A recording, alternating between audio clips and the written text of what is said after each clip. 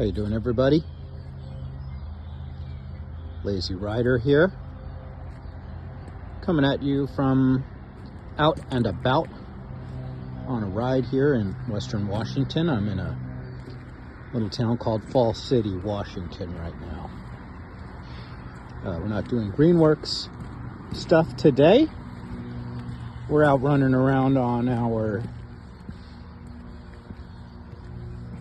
LAZER Sport 5 moped from SSR Motorsports. This is a bike I've had for a few years now.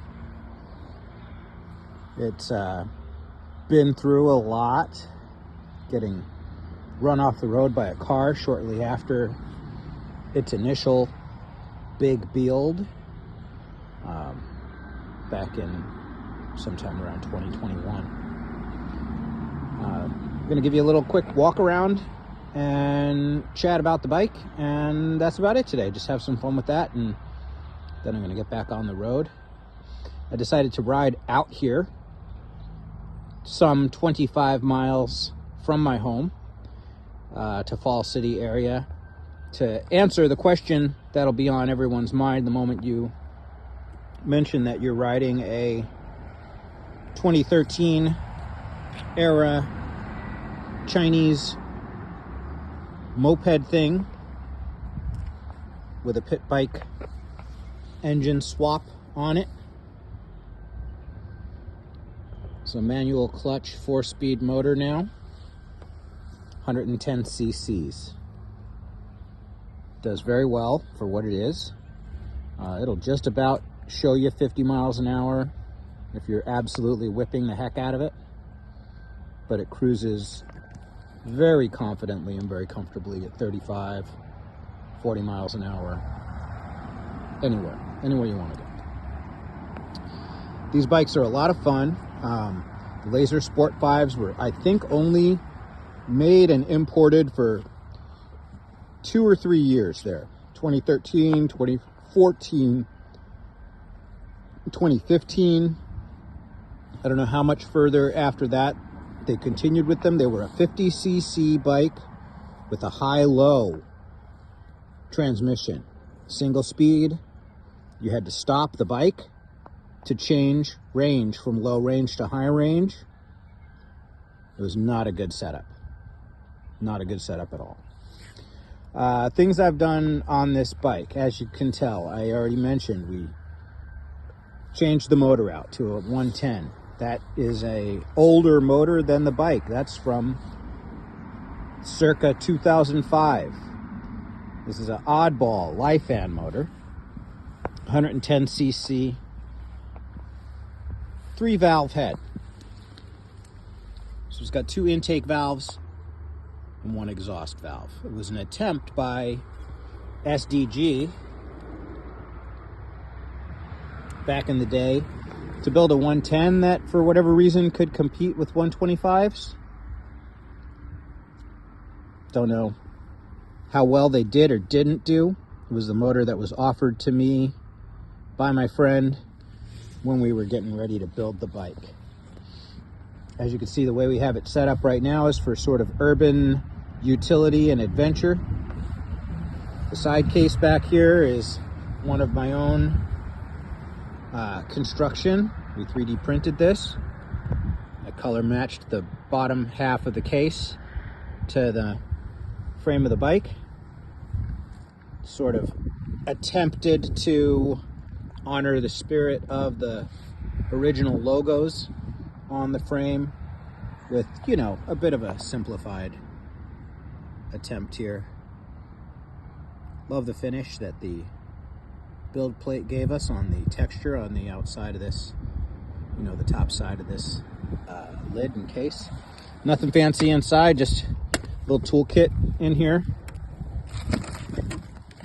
You know, I did a typical terrible botch job of horrible holes drilled in here and using some like P-clamp style rubberized bracketry back there. There you go, you can see them there.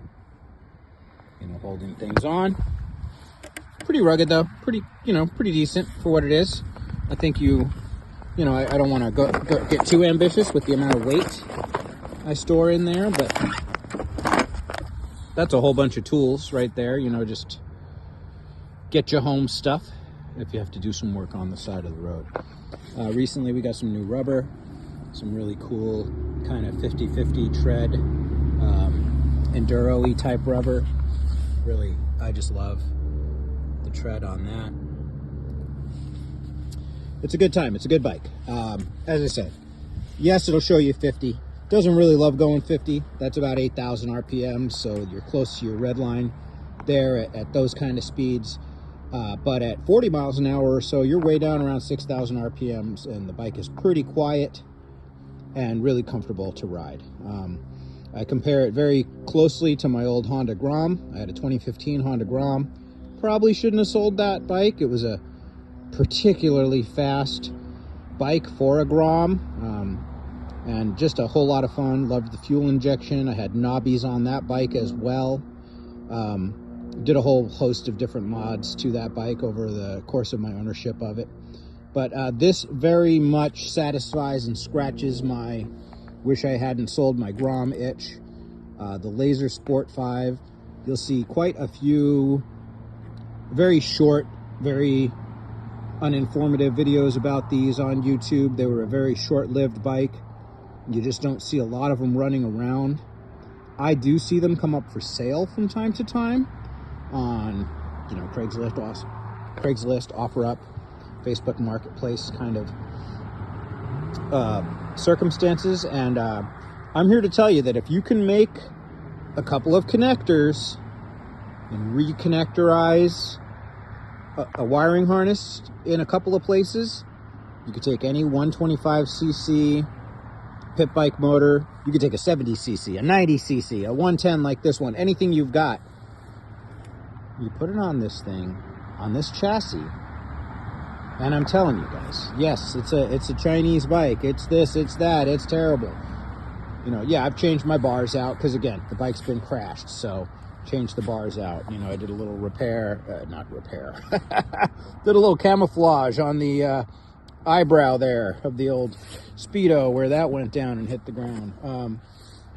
You know, the bike survived the crash beautifully. The motor survived the crash beautifully. We rode it home that day. I brought it home and parked it for a couple of years. I was so depressed because it was such a fresh build at the time. But really, the bike was never broken. It was never down. It's never been unreliable. I pulled it out of mothballs, bled the brakes, straightened up a few things, got to work on switching the bars back out and bringing it back up to snuff for regular riding. And the suspension on these is wonderful. It's more than adequate. Those are totally fake KYB decals right there. I'm just straight fronting on you out here. But they feel great. They might as well be KYBs. I got nothing but good stuff to say about this chassis. It's the front half of a Honda Hobbit. That's a Honda Hobbit tank if I ever saw one.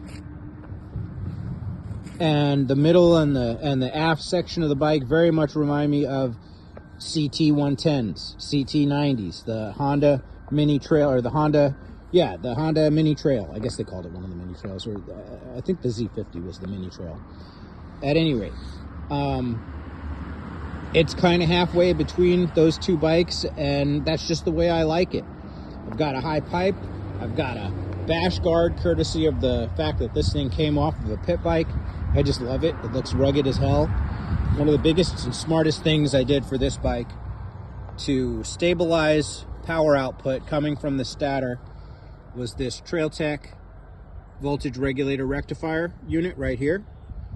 You can see there it has a adjustable dial on how much voltage it'll allow itself to put out, and a delay of some kind for keeping it running, I believe, after you've turned your battery off, or after you've turned your bike off. Perhaps that's for bikes that need to run radiator fans and things like that, you know, sometimes they run those for a moment or two after they park.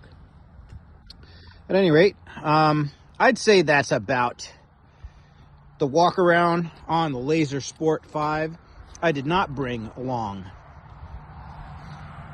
like a chest harness or handlebar mount today for the camera. So we're not videoing, you know, today at all. We're just having fun riding. And if you do like this bike and you like the looks of it and you want to see this thing in action, comment down below. Let me know what you think of the Lazer. She's a beauty, real favorite. That wide angle lens is really doing it justice there. But she's a good time. I think you'll agree, she's got the look. I'm really happy with how that side case turned out. Printed that on our bamboo printer. Really makes all your different hobbies even more fun, being able to mess around and play around with some 3D printing. Do some custom stuff. All right, everybody. This is Lazy Rider reporting from Fall City, Washington. I hope you enjoyed this little bike check, so to speak. We'll get back to some Greenworks fun here real soon with the 60V Greenworks bike. You know, we'll do a video sometime soon showing you some of the other bikes in the fleet, and look for your feedback on which ones you want to learn more about and see more of here. All right, everyone. Take it easy out there. Keep the rubber side down. We'll talk to you soon. Lazy Rider. Over and out.